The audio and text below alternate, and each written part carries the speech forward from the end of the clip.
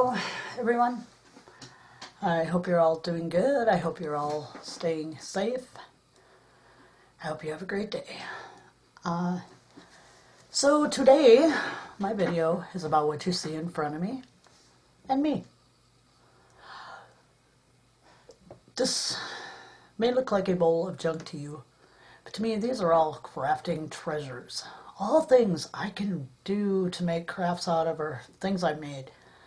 And with that, it's just that I simply cannot just do one type of crafting. I have many likes, many things I've tried, some I liked, some I didn't, many things I still want to learn to do because I can't just do one thing. I don't like doing the videos that have a lot of parts to them because then I feel like I have to stick with the original plan. I have to do only that. I have to get it done. And some projects I just honestly don't feel should be hurried. My job is a job where I have to do things. Whoops. And in it, I have to go to meetings. I have to conduct myself in a certain way. I have to go to trainings. I have paperwork I have to get done, and I have to get it done on time. I have to, okay? And the pressure of that is already great enough without me putting myself in the same position with my crafting, going, oh, I started this, it's going to take 5 or 6 parts, I have to get it done. I have to do it exactly like I said I was going to do. I can't do that. Okay, I'm not a person like that. I'm a free spirit. I've always kind of gone my own way, done my own thing. Basically been an individual all along, and I'm too old to stop now. So let me explain to you,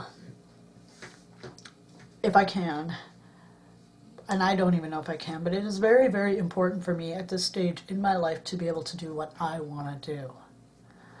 I thought about changing the name of the channel to whatever my heart desires, mine, okay, because I'm out there doing all this stuff. I see people do it. There are amazing, talented, wonderful artists and crafters on YouTube, and I watch a lot of them, and I watch them do all sorts of different crafts, and I mean, they're wonderful, and some only do one thing, and maybe they're, most all of them are exceptionally good at that one thing they do. And I have been sitting here trying to base my channel on what others do because I thought that's what you want. I don't know for sure what you want. I'm sitting here trying to please people. I watch people and they're like, oh, I loved what you did, blah, blah, blah. And these people have thousands of followers. Not that that's what I'm about, because I'm not.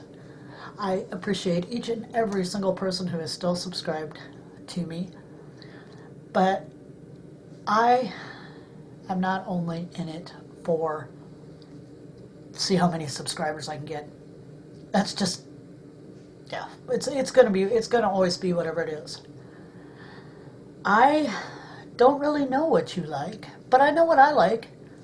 And I know that I have many, I think I have many talents and ideas to share, but I can't keep trying to lock myself into one thing. I am miserable. The quality of my videos and what I do suffers for that because, as I said, my life is have to. I want to just take some time to do for me because that's my relaxation. That's my stress reliever. That's what makes all the have-tos in life easier to deal with. So that's where I'm at on this. Like, I bought a metal detector. Maybe I'll take you metal detecting because it's what I want to do. Or maybe we'll go explore some places here in the state of South Dakota because that's what I want to do. Maybe you'll enjoy it, maybe you won't. I don't know that. I haven't done it. Speaking of the state of South Dakota, it is frigid. The temperatures are below zero. It's supposed to be dropping to like 20 below actual temperature tomorrow night. And up in the north central part of the state, I'm glad I'm in the east central part of the state, but the north central part of the state, wind chills. That means how cold it feels with the wind blowing. 45 degrees below zero. Brr. I hate the cold. I don't know why I stayed here when I got divorced. I guess because I'd always been here. I had a good job. I still have. And, you know, now I don't really, other than my one daughter and her family, I don't have any family around here. But yeah, so we're freezing. Hope everyone else is warmer. I think of one subscriber who lives up by Aberdeen, South Dakota, and they're getting the really, really, really frigid wind chills tonight. So stay warm, Kim. Anyway, let's go back to my bowl of junk. Okay? Because to some people this is junk. This is just junk. To me, as I said, this is crafting treasure because my likes and my creativity is buried. Okay? So here's aluminum foil. Just plain old kitchen aluminum foil, cheap crap I got at the dollar store. There's a lot you can do with aluminum foil. A lot. Great to have. This is the chopped off top of a Gatorade lid.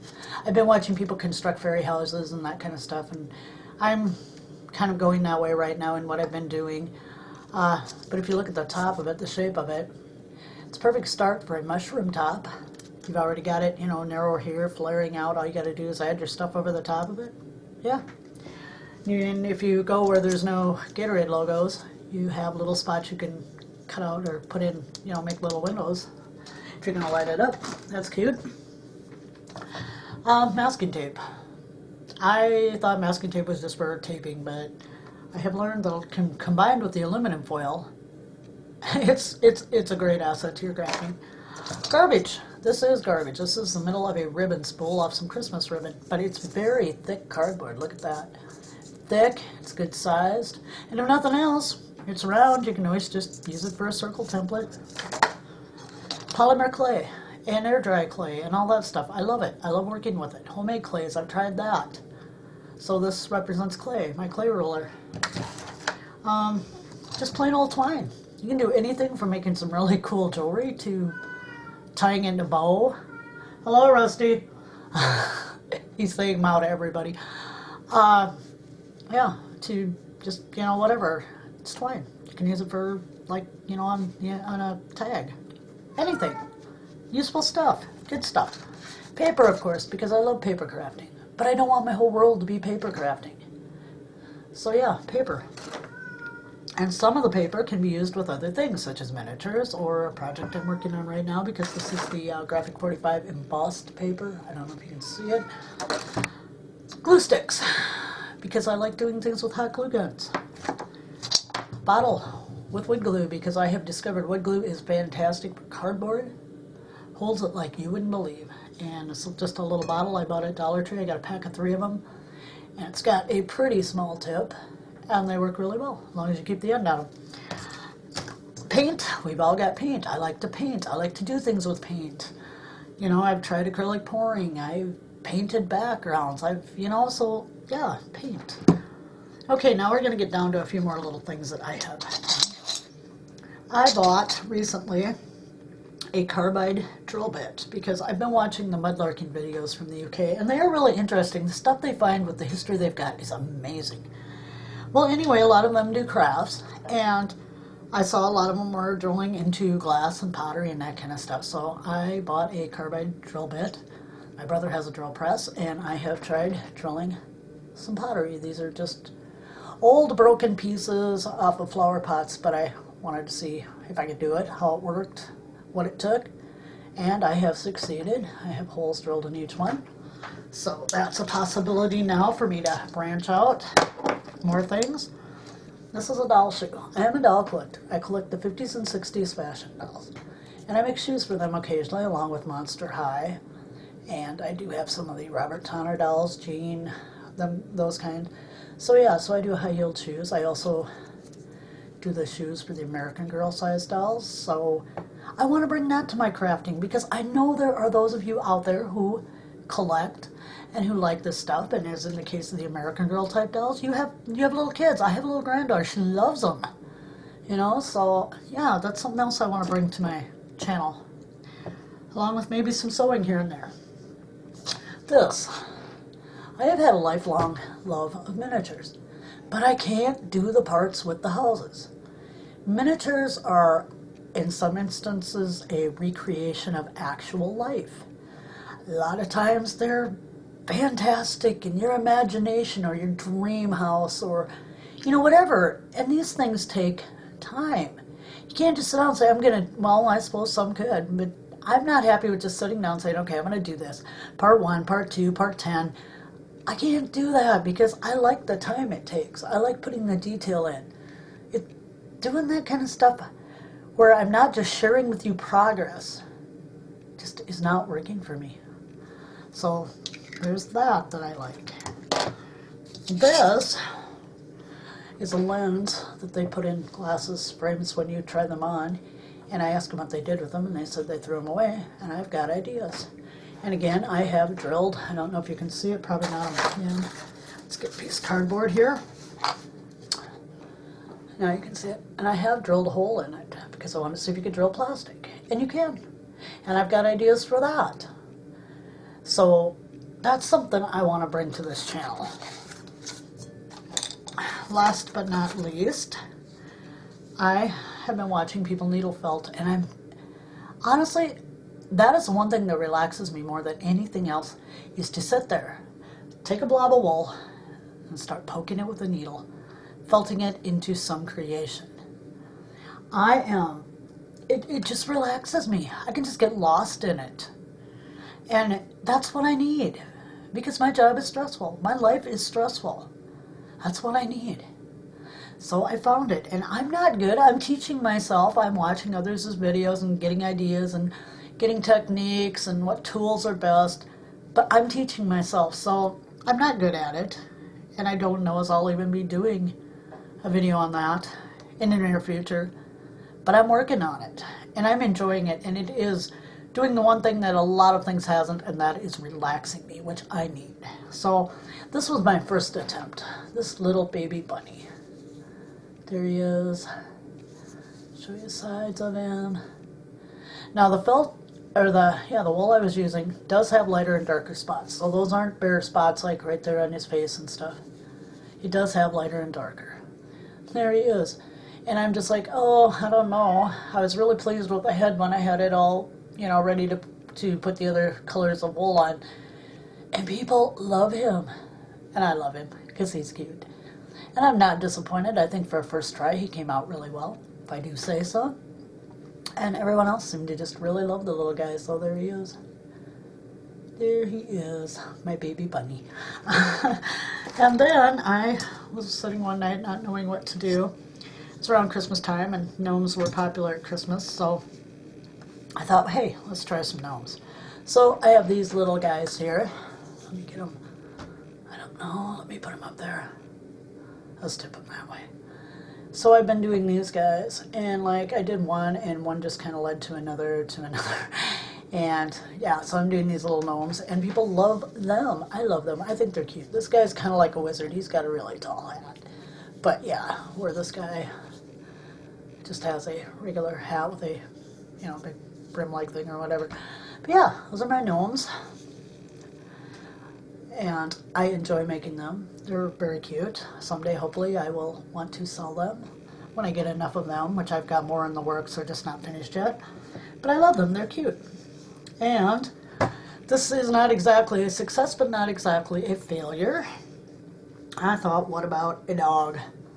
So this is the prototype, the first try for Gnome Mutt. I just decided to call him Gnome Mutt because he's a mutt-type dog. He's dark brown. He's got a tail with a white tip on it. He's got 2 feet, 2 ears, and a big black nose. And of course his little hat. So there definitely probably will be more gnome mutts. I just gotta perfect the technique. But he turned out really cute. He really did. Let's sit him up. See, there's his side profile. I'm having trouble.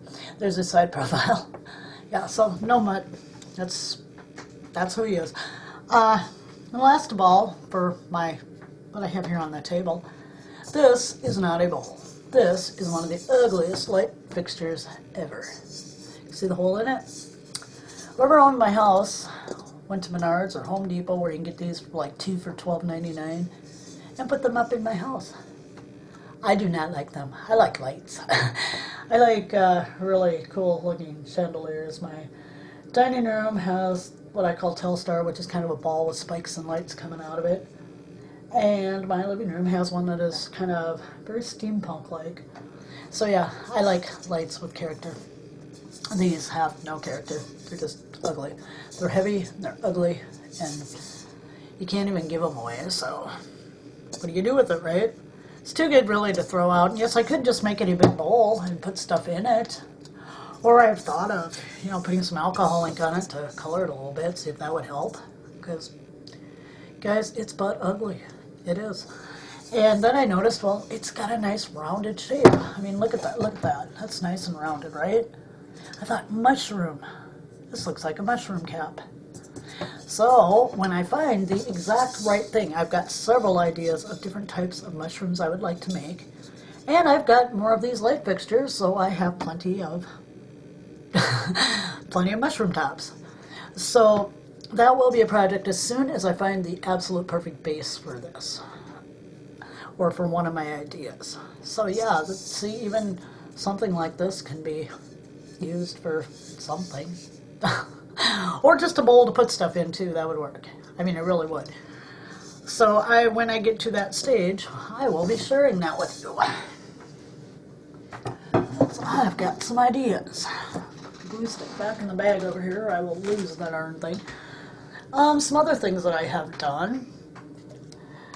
Okay, when I moved into this house, it's been almost 5 years now. And I swore that every year around Christmas time I was going to make another just little handmade Christmas tree to put up and decorate with. And I got 2 3/4 done. And April it'll be 5 years, so I best get number 3 finished, number 4, and get working on number 5 next year around Christmas time, which I will take you with me. Provided we're all here at Christmas time, because times are uncertain, we don't know. But hopefully. Anyway, this is what I was working on for number 3. It is a steampunk industrial style Christmas tree. Now these are just the Tim Holtz gears that I've cut out of lightweight cardboard, put onto I think it's a poster board cone that I made myself. And that's where it's at. I've got a lot of hot glue in between the cogs there. I see I've got to remove, but it turned out pretty cool. It's going to be cute when it's all done. I've got ideas for like putting a chimney on it. I'm going to take one of those bendy straws, paint it black, put a little top on it, and have it sticking out the tree. That'd be cute. But yeah, this is my industrial steampunk Christmas tree when I get it done. That was kind of cool, because I like that stuff. Another thing I am currently working on is I've been watching a lot of people doing berry houses and gnome homes and all that, so I thought, well, hey, why not? Let's try this. And I have been working on this one, which, as you'll notice, I have corrugated cardboard on, so yes, it's going to be industrial or steampunk. I have the jar, I have some stuff put on it, I have my steps and my base, and I'm working on the roof right now, and I'm sure it too will have something like the gears, the Tim Holtz gears I die cut on it at some place, because I've cut out a bunch. So yeah, that's what I'm working on right now. So you see, that's what I'm saying. I like things that go a little faster.